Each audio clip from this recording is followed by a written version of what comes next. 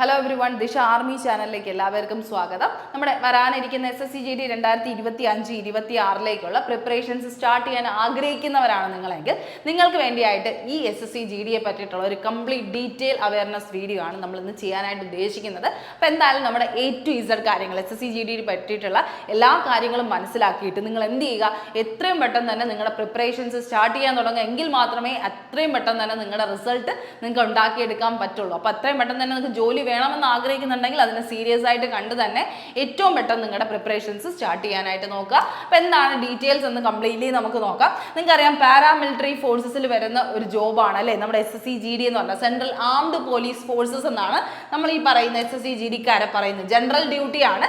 Police forces പോലെയുള്ള paramilitary ഫോഴ്സിലേക്കാണ് നമ്മുടെ entry വരുന്നത്. ഓക്കെ, അപ്പോൾ ജനറൽ ഡ്യൂട്ടിയാണ്. എന്താണ് ക്വാളിഫിക്കേഷൻ? 10ാം ക്ലാസ് ക്വാളിഫിക്കേഷൻ നമുക്ക് കിട്ടുന്ന ഏറ്റവും ബെസ്റ്റ് ആയിട്ടുള്ള ഒരു യൂണിഫോം പോസ്റ്റ് തന്നെയാണ് ഇതെന്ന് പറയുന്നത് SSCGD എന്ന് പറയുന്നത്. നിങ്ങൾക്കറിയാം, ഇത്രയും സെൻട്രൽ ഫോഴ്സുകളിലേക്കാണ് നമുക്ക് എന്ത് കിട്ടുന്നത്, എൻട്രി കിട്ടുന്നത് എന്നുള്ളൊരു കാര്യം. അതായത് CISF central industrial security force ഉണ്ട്, റിസർവ് പോലീസ് ഫോഴ്സ് ഉണ്ട്, ബോർഡർ സെക്യൂരിറ്റി ഫോഴ്സ് ഉണ്ട്, ഇൻഡോ ടിബറ്റൻ ബോർഡർ ഫോഴ്സ് ഉണ്ട്, സശസ്ത്ര സീമാ ബെൽ എന്ന് പറയുന്ന ഫോഴ്സ് ഉണ്ട്, സെക്രട്ടേറിയറ്റ് സെക്യൂരിറ്റി ഫോഴ്സ് ഉണ്ട്, നമ്മുടെ ആസാം റൈഫിൾസ് ഉണ്ട്, sepoy in narcotics control bureau NCB control ബ്യൂറോയിൽ നമുക്ക് എന്തുണ്ട്, ഈ പറയുന്ന സെപ്പോയ് ഡ്യൂട്ടി ഉണ്ട്. അപ്പോൾ ഇത്രയും ഡ്യൂട്ടീസ് ആണ് നമുക്ക് ഇതിൻ്റെ അകത്ത് വരുന്നത്.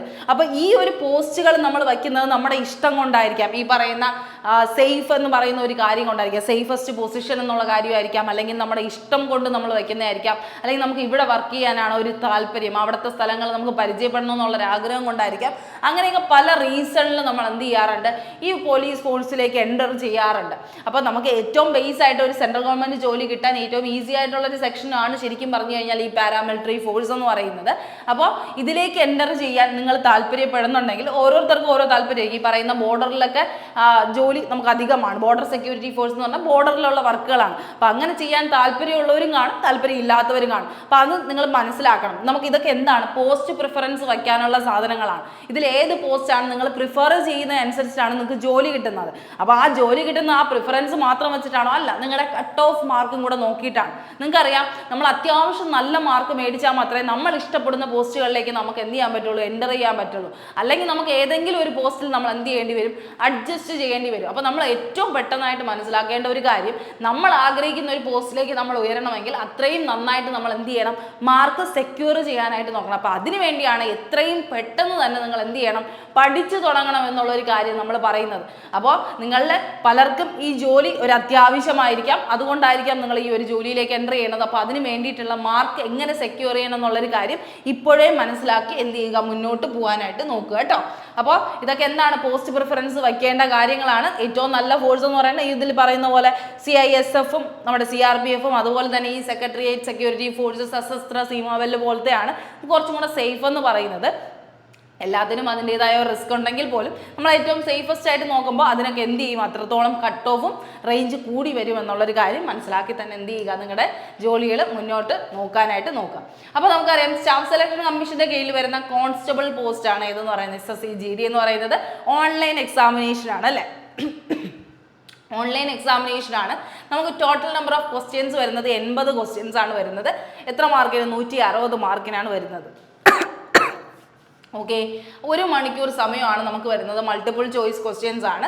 അതിൻ്റെ സ്കീമും കാര്യങ്ങളും നമുക്ക് നോക്കാം. അതിന് മുന്നേ ആയിട്ട് ഏജ് ലിമിറ്റ് എങ്ങനെയാണെന്ന് നോക്കാം. നിങ്ങൾക്കറിയാം, ഏറ്റവും കുറഞ്ഞ പ്രായപരിധിയിൽ വരുന്നൊരു ഏത് ജോലിയാണ് SSCGD എന്ന് പറയുന്നത്. അത്രയും ആൾക്കാരെ മാത്രമേ അവർ എന്ത് ചെയ്യുന്നുള്ളൂ, എടുക്കുന്നുള്ളൂ. അത്രയും സെലക്റ്റഡ് കാൻഡിഡേറ്റ്സിനെയാണ് അവർ എടുക്കുന്നത്. ഒരു സ്പെസിഫൈ ചെയ്തിട്ടുള്ള ഒരു ഓഡിയൻസ് ആണ് നമുക്കുള്ളതെന്ന് മനസ്സിലാക്കിക്കോണം. അപ്പോൾ അങ്ങനെ ഒരു ആൾക്കാർ, ആ ഒരു ടാർഗറ്റ് ഗ്രൂപ്പിലാണ് നിങ്ങൾ എന്ത് ചെയ്യുന്നത്, മത്സരിക്കുന്നത്. നിങ്ങളുടെ അതേ തരത്തിലുള്ള ആൾക്കാരുമായിട്ടാണ് നിങ്ങൾ മത്സരിക്കുന്നത്. അതുകൊണ്ട് ഈ മത്സരത്തിൽ ജയിക്കാൻ നിങ്ങൾക്ക് പറ്റുമെന്നുള്ളൊരു വിശ്വാസം നിങ്ങൾ മനസ്സിലാക്കിക്കോണം.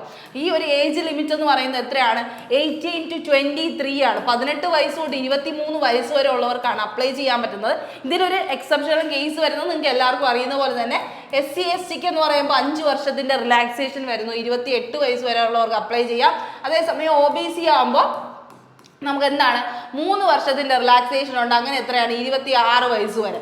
അങ്ങനെയാണ് അതിൻ്റെ ആ ഒരു പാറ്റേൺ വരുന്നത്. SC SCക്ക് 28 വയസ്സും OBC 26ഉം, ജനറൽ കാൻഡിഡേറ്റ്സിന് ഈ നമ്മുടെ എന്താണ് ഈ പറയുന്ന 18 to 23 വയസ്സ് വരെയുള്ളവർക്കും അപ്ലൈ ചെയ്യാം. ആ ഒരു കാര്യം ആദ്യം തന്നെ മനസ്സിലാക്കി എന്ത് ചെയ്യുക, അങ്ങനെയുള്ള ക്രൈറ്റീരിയ ഉള്ളവർ എന്ത് ചെയ്യുക, എത്രയും പെട്ടെന്ന് തന്നെ നിങ്ങളുടെ പഠനം എന്ത് ചെയ്യുക, മുന്നോട്ട് കൊണ്ടുപോകാൻ നോക്കുക. ഇനി അടുത്ത എഡ്യൂക്കേഷൻ ക്വാളിഫിക്കേഷൻ, വേറെ ഒരു ക്വാളിഫിക്കേഷൻ ചോദിക്കുന്നില്ല, ആകെ ചോദിക്കുന്നത് 10ാം ക്ലാസ് പാസ്സായോ എന്നുള്ളൊരു കാര്യം മാത്രം. 10th ക്വാളിഫൈ ആയിട്ടുണ്ടോ അത് മാത്രം. നിങ്ങളിപ്പോൾ +2 പഠിക്കുന്ന സമയമാണ് നിങ്ങൾക്ക് 18 ആവുന്നത്. അപ്പോൾ +2 ജയിച്ചോ ജയിച്ചില്ലേന്ന് പോലും അവർ ചോദിക്കുന്നില്ല. ആകെ 10ാം ക്ലാസ്സിൻ്റെ ക്വാളിഫിക്കേഷനാണ് നിങ്ങൾക്ക് എന്ത് ചെയ്യുന്നത്, എടുക്കുന്നത് എന്നുള്ളൊരു കാര്യം മനസ്സിലാക്കിക്കോളാം. പിന്നെ നിങ്ങൾക്ക് കൂടുതൽ ക്വാളിഫിക്കേഷൻ ഉണ്ടെന്ന് പറഞ്ഞ് നിങ്ങൾക്ക് ഇതിൽ അപ്ലൈ ചെയ്യേണ്ട എന്നുള്ളൊരു കാര്യമൊന്നുമില്ല. കൂടുതൽ ക്വാളിഫിക്കേഷൻ ഉണ്ടെങ്കിൽ നിങ്ങൾക്ക് എന്താണ് ഡിപ്പാർട്ട്മെൻറ്റൽ ടെസ്റ്റ് എഴുതുമ്പോൾ നിങ്ങൾക്ക് കുറച്ചും കൂടെ പ്രയോറിറ്റി കിട്ടുമെന്നുള്ളൊരു നേട്ടവും കൂടെ അവിടെ ഉണ്ടെന്നുള്ള കാര്യം മനസ്സിലാക്കിക്കോളുക. അപ്പോൾ നിങ്ങൾ അഥവാ 10ാം ക്ലാസ് അല്ല ഡിഗ്രി പഠിച്ചവരാണെങ്കിൽ അതിൽ നിങ്ങൾക്ക് നേട്ടമേ വരൂ എന്ന് തന്നെ മനസ്സിലാക്കി തന്നെ നിങ്ങൾക്ക് എന്ത് ചെയ്യാം, ഈ ഒരു ഫോഴ്സിലേക്ക് ജോയിൻ ചെയ്യാം. പിന്നെ എന്താണ്, നിങ്ങൾക്ക് താല്പര്യമാണ്, നിങ്ങളുടെ ഒരു ഇഷ്ടമാണെന്നുള്ളൊരു കാര്യം ആദ്യം മനസ്സിലാക്കണം. SSCGD 2025 സെലക്ഷൻ പ്രോസസ്സ് വരുന്ന ഒറ്റ ടയർ എക്സാമിനേഷനാണ്. അതായത് single tier examination, computer based exam, CBT examination. കമ്പ്യൂട്ടറിലാണ് നിങ്ങളുടെ എക്സാമിനേഷൻ വരുന്ന, ഓൺലൈൻ പാറ്റേൺ ആണ്. അതിൽ വരുന്ന ക്വസ്റ്റ്യൻസ് എങ്ങനെയാണെന്ന് ചോദിച്ചു കഴിഞ്ഞാൽ നമുക്ക് general intelligence and reasoning questions, നമ്മുടെ പ്രോബ്ലം സോൾവിങ് സ്കിൽസും നമുക്ക് എത്രയും പെട്ടെന്നായിട്ട് ഒരു കാര്യങ്ങൾ മനസ്സിലാക്കുന്ന ആ ഒരു ഡിസിഷൻ സ്കിൽസും ഒക്കെയാണ് അതിൽ ടെസ്റ്റ് ചെയ്യുന്നത്. രണ്ടാമത്തത് ജനറൽ നോളജ്, നമ്മൾ ഈ 10ാം ക്ലാസ് വരെ പഠിച്ച നമ്മുടെ ഹിസ്റ്ററി, ജോഗ്രഫി, പൊളിറ്റിക്സ്, എക്കണോമിക്സ്, അങ്ങനെയുള്ള എല്ലാ സബ്ജക്റ്റ്, സയൻസിൻ്റെ സബ്ജക്റ്റുകൾ, നമ്മുടെ ഇന്ത്യയെക്കുറിച്ചിട്ടുള്ള മൊത്തം വിവരങ്ങൾ, സ്പോർട്സ് ഉൾപ്പെടെയുള്ള കാര്യങ്ങളാണ് ഏതിൽ ചോദിക്കുന്നത്, ജനറൽ നോളജിൽ ചോദിക്കുന്നത്. എലമെൻ്ററി മാത്തമാറ്റിക്സ് ആണെങ്കിൽ നമ്മൾ 10ാം ക്ലാസ്സിൻ്റെ ബേസിസിൽ മാത്രമേ ചോദിക്കുന്നുള്ളൂ. മാത്സിന്റെ ബേസ് ഒക്കെ ഏറ്റവും ലോ ലെവലിലാണ് അവർ എന്ത് ചെയ്യുന്നത്, ക്വസ്റ്റ്യൻസ് ചോദിക്കും. നമ്മൾ പഠിച്ച കാര്യങ്ങളൊക്കെ തന്നെയാണ്. പിന്നെ ഇംഗ്ലീഷ് പഠിക്കാത്തവരാണെങ്കിൽ പോലും നിങ്ങളെ കൊണ്ട് പറ്റുന്ന കാര്യങ്ങൾ മാത്രമേ ഇംഗ്ലീഷിൽ ചോദിക്കുന്നുള്ളൂ. ആകെ വൊക്കാബ് സെഷൻസും അർത്ഥം, പര്യായം എന്നൊക്കെ പറഞ്ഞ് നിങ്ങൾ കേട്ടിട്ടുണ്ടായിരിക്കുമല്ലോ. അപ്പോൾ ആന്റണിംസ്, സിനോണിംസ്, അങ്ങനത്തെ കുറേ കാര്യങ്ങളും, അതുപോലെ തന്നെ എന്താണ് ഈ ഗ്രാമർ മിസ്റ്റേക്സ്, ഗ്രാമാറ്റിക്കൽ ആയിട്ടുള്ള എറേഴ്സിനെ പറ്റിയിട്ടുമാണ് ഇംഗ്ലീഷിൽ ചോദിക്കുന്നത്. അതും നമുക്ക് പഠിച്ചെടുക്കാൻ പറ്റുന്ന കാര്യമാണ്. ഈ പറയുന്ന GDയുടെ ഏറ്റവും വലിയ പ്രത്യേകത എന്ന് പറഞ്ഞാൽ അതിൻ്റെ മാർക്കിംഗ് സ്കീമാണ്. മാർക്കിംഗ് സ്കീം വരുന്നത് ഒരു ക്വസ്റ്റ്യന് 2 മാർക്കാണ്. 2 മാർക്കാണ് കറക്റ്റ് ആൻസറിന് വരുന്നത്. അതേസമയം നെഗറ്റീവിനാണെങ്കിലോ 1/4 ആണ് വരുന്നത്. 0.25 എന്നുള്ള രീതിയിൽ 1/4. അതായത് ഒരു ക്വസ്റ്റ്യന് നിങ്ങൾക്ക് 2 മാർക്കും ഉണ്ട്. ഒരു 4 ക്വസ്റ്റ്യൻ തെറ്റിയാലേ നിങ്ങളുടെ കയ്യിൽ നിന്ന് 1 മാർക്ക് പോവേയുള്ളൂ.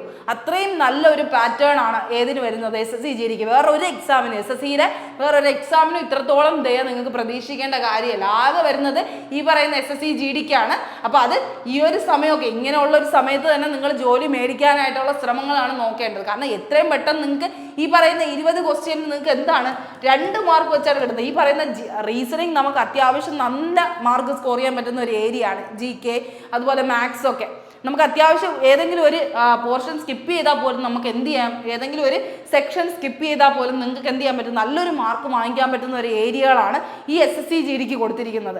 അപ്പോൾ നിങ്ങളുടെ ഏറ്റവും സ്ട്രോങ് പോയിന്റ് ഏതാണെന്ന് കണ്ടുപിടിച്ച് അതിൽ നല്ല മാർക്ക് സ്കോർ ചെയ്യാനായിട്ട് നിങ്ങൾ ശ്രമിച്ചാൽ പോലും നിങ്ങൾക്ക് എന്ത് ചെയ്യാൻ പറ്റും, ഈ ഒരു റാങ്ക് ലിസ്റ്റിൽ കയറാൻ പറ്റുമെന്നുള്ളൊരു കാര്യം മനസ്സിലാക്കിക്കോളുക. അതെപ്പോഴും നിങ്ങൾ എന്ത് ചെയ്യുക, ശ്രദ്ധിക്കാൻ ശ്രമിക്കണം കേട്ടോ. അപ്പോൾ മാക്സിമം മാർക്ക് കണ്ടല്ലോ, 80 ക്വസ്റ്റ്യൻസ് ആണ്. ഈ 80 ക്വസ്റ്റ്യൻ എഴുതാനാണ് നിങ്ങൾക്ക് 1 മണിക്കൂർ. ശരിക്കും ബാക്കിയുള്ള SSC എക്സാംസ് നോക്കുകയാണെങ്കിൽ 100 ക്വസ്റ്റ്യൻ ആണ് 1 മണിക്കൂർ. ഇവിടെ 80 ക്വസ്റ്റ്യൻ ആണ് നിങ്ങൾക്ക് 1 മണിക്കൂർ തന്നിരിക്കുന്നത്. അത് തന്നെയാണ് അതിൻ്റെ ഏറ്റവും വലിയ നേട്ടം. 160 മാർക്കാണ് നിങ്ങൾക്ക് വരുന്നത്. ഈ 160ൽ നിങ്ങളുടെ കട്ട് ഓഫ് വരുന്നത് ചിലപ്പോൾ ഒരു 80 റേഞ്ചിലായിരിക്കും. അതിൻ്റെ പകുതി ആയിരിക്കും വരുന്നത്. 160ന് ഒരു 80 ആയിരിക്കും നിങ്ങളുടെ ബേസിക് ആയിട്ടുള്ള കട്ട് ഓഫ് വരുന്നത്. പക്ഷെ നല്ല പോസ്റ്റുകളിലേക്ക് കിട്ടണമെങ്കിൽ നമുക്ക് ചിലപ്പോൾ 100+ എന്നുള്ള രീതിയിൽ തന്നെ മാർക്ക് മേടിക്കാനായിട്ട് നമ്മൾ ശ്രമിക്കണം. പക്ഷെ നമ്മളെ കൊണ്ട് പറ്റുന്ന കാര്യമാണ്. നമുക്ക് ഒരിക്കലും നേടില്ല എന്ന് നമുക്ക് പറയാൻ പറ്റില്ല. കാരണം ശരിക്കും ഈ ഒരു 100+ കോഴ്സ് നിങ്ങൾക്ക് എന്ത് ചെയ്യാൻ പറ്റും, ഏതെങ്കിലും ഒരു 3 സെക്ഷൻസ് തന്നെ നന്നായിട്ട് അറ്റൻഡ് ചെയ്താൽ നിങ്ങൾക്ക് കിട്ടുന്ന ഒരു സ്കോർ ലെവലാണ് കേട്ടോ. അപ്പോൾ ആ കാര്യം കൃത്യമായി മനസ്സിലാക്കിക്കൊള്ളുക. 160ന് 80 ഒരു ബേസ് മാർക്കായിട്ട് കണ്ടു തന്നെ നിങ്ങൾ എന്ത് ചെയ്യുക, പഠിച്ചു പോവുക. ഏതെങ്കിലും ഒരു റാങ്ക് ലിസ്റ്റിൽ കയറാൻ പറ്റുന്നത് നിങ്ങൾക്ക് 160 ഒരു 80 മാർക്കോളം ഉണ്ടെങ്കിലാണ്. അത് കഴിഞ്ഞ് ഒരു 100+ വാങ്ങിച്ചാൽ നിങ്ങളുടെ ഇഷ്ടത്തിനുള്ള ജോലിയിൽ നിങ്ങൾക്ക് കയറാം. പക്ഷേ ഫീമെയിൽസിനെ സംബന്ധിച്ച് നിങ്ങൾക്ക് അറിയാം, ഫീമെയിലിൻ്റെ കാറ്റഗറിയെ സംബന്ധിച്ച് നോക്കുമ്പോൾ ഇതെന്താണ്, സെലക്റ്റഡ് പോസ്റ്റാണ്. അതിപ്പോൾ കുറച്ച് വാക്കൻസീസേ ഉണ്ടെങ്കിൽ അത്രത്തോളം കട്ട് ഓഫ് ഉയരും. അപ്പോൾ ആ ഒരു കട്ട് ഓഫ് ഒക്കെ മനസ്സിലാക്കി വേണം നിങ്ങൾ എന്ത് ചെയ്യാൻ, നിങ്ങളുടെ വാക്കൻസിയൊക്കെ അറേഞ്ച് ചെയ്തിട്ട് വേണം നിങ്ങൾ പഠിക്കാനായിട്ട് കേട്ടോ. അപ്പോൾ അത് നമ്മളെപ്പോഴും സേഫായിട്ട് ഒരു സ്കോർ എന്ന് പറയുന്നത് 160ന് 80 എന്നുള്ള രീതിയിൽ മേടിക്കുക. നിങ്ങൾക്ക് നല്ല പോസ്റ്റുകളിലേക്ക് എത്തണമെങ്കിൽ 100+ എന്നുള്ള രീതിയിൽ തന്നെ പഠിക്കുക. ഫീമെയിൽസ് എപ്പോഴും 100+ എന്നുള്ള രീതിയിൽ തന്നെ പഠിക്കാനായിട്ട് ശ്രമിക്കുക കേട്ടോ. എങ്കിൽ മാത്രമേ നിങ്ങൾക്ക് അതിലൊരു നേട്ടം ഉണ്ടാക്കി എടുക്കാനായിട്ട് പറ്റുള്ളൂ കേട്ടോ. പിന്നെ നമ്മൾ എല്ലാം എന്താണ് നമ്മുടെ ഒരു ഭാഗ്യമാണ്. കാരണം ഇത് ഫസ്റ്റ് ടയർ ആണ്. കമ്പ്യൂട്ടർ ബേസ്ഡ് എക്സാമിനേഷൻ എന്നുള്ളത് ഫസ്റ്റ് ടയർ എക്സാമിനേഷൻ മാത്രമാണ്. അത് കഴിഞ്ഞ് നിങ്ങൾക്ക് എന്തുണ്ട്, നിങ്ങളുടെ ഭാഗ്യം പരീക്ഷിക്കുന്ന ഫിസിക്കൽ എഫിഷ്യൻസി ടെസ്റ്റ് ഉണ്ട്, ഫിസിക്കൽ സ്റ്റാൻഡേർഡ് ടെസ്റ്റ് ഉണ്ട്, മെഡിക്കൽ ടെസ്റ്റ് ഉണ്ട്. ഇതൊക്കെ എങ്ങനെയാണ് നമുക്ക് മിസ്റ്റേക്ക് വരുന്നതെന്ന് അറിയില്ല. പക്ഷേ നമ്മുടെ 100% കൊടുത്ത് നമ്മളൊരു കാര്യം ചെയ്യാനായിട്ട് ശ്രമിക്കുക. ഈ ഒരു എക്സാം നിങ്ങൾ എഴുതി എടുത്തു കഴിഞ്ഞാൽ നിങ്ങളുടെ രണ്ടാമത്തെ സെക്ഷൻ പിന്നെ എന്താണ്, physical efficiency and physical standard test ആണ്. സ്റ്റാൻഡേർഡ് എന്ന് പറയുന്നത് ഹൈറ്റ് ആണ് കേട്ടോ. ഹൈറ്റിന്റെ സ്റ്റാൻഡേർഡ് ആണ് അവർ മെയിനായിട്ട് നോക്കുന്നത്. അതിൽ മെയിൽസിന് ജനറൽ SC OBC കാൻഡിഡേറ്റ്സിന് 170 സെന്റിമീറ്റർ ആണ് ആൺകുട്ടികൾക്ക് ചോദിക്കുന്നത്, 170. അതേസമയം പെൺകുട്ടികൾക്കാണെങ്കിൽ 157 ആണ്. 157 പെൺകുട്ടികൾക്കും ആൺകുട്ടികൾക്ക് 170 അതേസമയം നമ്മുടെ ST കാർക്ക്, ഷെഡ്യൂൾഡ് ട്രൈബുകാർക്കാണെങ്കിൽ നിങ്ങൾക്ക് ചോദിച്ചിരിക്കുന്ന മെയിലിന്റെ പൊക്കം എന്ന് പറയുന്നത് 162.5 സെന്റിമീറ്ററും ഫീമെയിൽസിന് 150 സെന്റിമീറ്ററും ആണ് കേട്ടോ. അത് ഷെഡ്യൂൾഡ് ട്രൈബുകാർക്കുള്ള ഒരു ഡിഫറൻസ് ആണ്. ബാക്കിയുള്ള ജനറൽ SC OBCക്കൊക്കെ 170 157 ആണ്. ഷെഡ്യൂൾഡ് ട്രൈബിന് മാത്രം 162.5 ആൺകുട്ടികൾക്ക്, ഫീമെയിലിന് 150 വരുന്നുള്ളൂ കേട്ടോ. ആദ്യം ഫിസിക്കൽ സ്റ്റാൻഡേർഡ് ടെസ്റ്റ്, നിങ്ങളുടെ മെഷർമെന്റ് അളന്നിട്ടാണ് നിങ്ങൾ എന്ത് ചെയ്യുന്നത്, ബാക്കിയുള്ള കാര്യങ്ങൾക്ക് വിടുന്നത്. അതിലെന്താ ബാക്കിയുള്ള കാര്യം, റണ്ണിങ് ആണ് അല്ലെ, റേസ് ആണ് വരുന്നത്. അതിൽ മെയിൽ കാൻഡിഡേറ്റ്സിന് എത്രയാണ്, 5 കിലോമീറ്റർ 24 മിനിറ്റിൽ ഓടിയെടുക്കണം അല്ലേ. 5 കിലോമീറ്റർ 24 മിനിറ്റിൽ ഓടിയെടുക്കണം എന്നുള്ളൊരു കാര്യമാണ് പറയുന്നത്. അതിനൊക്കെ പ്രാക്ടീസ് നേരത്തെ തുടങ്ങിയാൽ മതി, നിങ്ങൾക്ക് ടൈമും ഉണ്ടായിരിക്കും. ആദ്യം റിട്ടൺ എക്സാമിനേഷൻ ക്വാളിഫൈ ആവാനുള്ള ഏറ്റവും പക്കയായിട്ട് നിങ്ങൾ പഠിക്കുക. അത് കഴിഞ്ഞ് ഫിസിക്കൽ എഫിഷ്യൻസിക്ക് വേണ്ടിയായിട്ട് നമ്മൾ എന്ത് ചെയ്യുക, നല്ല പോലെ തന്നെ ശ്രമങ്ങൾ തുടർന്ന് നന്നായിട്ട് എന്ത് ചെയ്യുക, ഓടിയെടുക്കാനായിട്ട് നോക്കുക. അത് കഴിഞ്ഞ് ഫീമെയിൽ കാൻഡിഡേറ്റ്സിനാണെങ്കിൽ 1.6 കിലോമീറ്റർ 1600 മീറ്റർ 8.5 മിനിറ്റിൽ കംപ്ലീറ്റ് ചെയ്യുക. 8.5 മിനിറ്റ് കംപ്ലീറ്റ് ചെയ്യാനാണ് നമ്മൾ നോക്കേണ്ടത് കേട്ടോ. അപ്പോൾ മെയിൽ കാൻഡിഡേറ്റ്സിന് 5 കിലോമീറ്റർ 24 മിനിറ്റിനും ഫീമെയിൽ കാൻഡിഡേറ്റ്സ് 1.6 കിലോമീറ്റർ 8.5 മിനിറ്റിലുമാണ് കംപ്ലീറ്റ് ചെയ്യേണ്ടത് കേട്ടോ. ഫിസിക്കൽ ടെസ്റ്റിൻ്റെ കാര്യമാണ് പറയുന്നത്. ആകെ നമുക്ക് വരുന്നത് റണ്ണിങ് ടെസ്റ്റ് മാത്രമാണ്. ഓക്കെ, അപ്പോൾ റിട്ടേണിന് നിങ്ങളുടെ 100% കൊടുത്ത് എഫേർട്ട് ഇട്ട് ചെയ്യുക. ബാക്കിയുള്ള 100% നിങ്ങൾ എന്ത് ചെയ്യണം, നിങ്ങളുടെ ഈ പറയുന്ന റേസിനും കൂടെ കൊടുത്തു കഴിഞ്ഞാൽ നിങ്ങൾ പകുതി സെറ്റായെന്ന് തന്നെ വിശ്വസിക്കുക കേട്ടോ. അപ്പോൾ ആ ഒരു പാറ്റേൺ ആണ് അവിടെ വരുന്നത്. പിന്നെ വരുന്നത് എന്താണ്, മെഡിക്കൽ ടെസ്റ്റ് ആണ് വരുന്നത് കേട്ടോ. ഇതൊക്കെ നമ്മുടെ എന്താണ്, റിസൾട്ട് കിട്ടിയ കുട്ടികളാണ്. നമ്മുടെ SSC GDയിൽ നമ്മുടെ ഓഫ്ലൈൻ ബാച്ചിൽ മാത്രം പഠിച്ച് നമുക്ക് റിസൾട്ട് നേടിയ ആൾക്കാരാണ് ഇവരൊക്കെ കേട്ടോ. നമ്മുടെ ബ്രാഞ്ചസ് നിങ്ങൾക്കറിയാം, തൃശ്ശൂർ, കൊല്ലം, കൊട്ടാരക്കരയിൽ റിസൾട്ട്, കാലിക്കറ്റ് റിസൾട്ട് കിട്ടിയ കുട്ടികളാണ് ഇവരെല്ലാവരും. അപ്പോൾ അത്രത്തോളം റിസൾട്ട് നമുക്ക് ഉണ്ടാക്കിയെടുക്കാൻ പറ്റുന്ന കോൺഫിഡൻസിലാണ് നമ്മൾ പറയുന്നത്. ഇവരെ കൊണ്ട് ശ്രമിച്ചാൽ നടക്കുമെങ്കിൽ നിങ്ങളെ കൊണ്ടും ശ്രമിച്ചാൽ നടക്കുന്ന കാര്യങ്ങൾ മാത്രമേ ഉള്ളൂ. അപ്പോൾ ഇവരൊക്കെ ഇപ്പോൾ എന്താണ്, നമ്മുടെ സർവീസിലിരിക്കുകയാണ് അല്ലേ, സർവീസിൽ ട്രെയിനിങ് പീരീഡ് നടന്നുകൊണ്ടിരിക്കുകയാണ്. അതിലിപ്പോൾ അവരെന്ത് ചെയ്താണ്, ജോയിൻ ചെയ്ത് അവർ വർക്ക് ചെയ്തുകൊണ്ടിരിക്കുകയാണ്. അപ്പോൾ എല്ലാവർക്കും അവരുടേതായ ആഗ്രഹിച്ച ഒരു പൊസിഷനാണോ കിട്ടിയെന്ന് ചോദിച്ചു കഴിഞ്ഞാൽ അല്ലായിരിക്കും. പലർക്കും കിട്ടി, ആ ഒരു മാർക്ക് റേഞ്ചിൽ എത്താൻ കഴിഞ്ഞവർക്ക് അതിൻ്റെ റിസൾട്ട് കിട്ടിയിട്ടുണ്ട്. പക്ഷെ എന്നാലും അവരുടെ എഫേർട്ടിനുള്ള വില അവർക്ക് എന്ത് ചെയ്തിട്ടുണ്ട്, ഇപ്പോൾ കിട്ടിയിട്ടുണ്ട്. ഒരു മന്ത്ലി എന്താണ് സാലറി പോലെയുള്ള കാര്യങ്ങളെല്ലാം മേടിക്കുന്നുണ്ട്.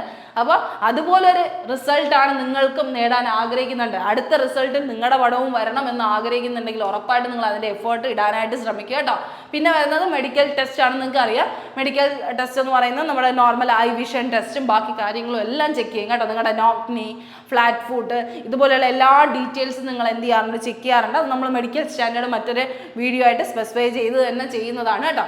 അപ്പോൾ അത്രയും കാര്യങ്ങൾ ക്രൂഷ്യലായിട്ട് കണ്ട് തന്നെ നിങ്ങൾ എന്ത് ചെയ്യുക, അതിന് വേണ്ടിയായിട്ട് വർക്ക് ചെയ്യാനായിട്ട് നോക്കുക.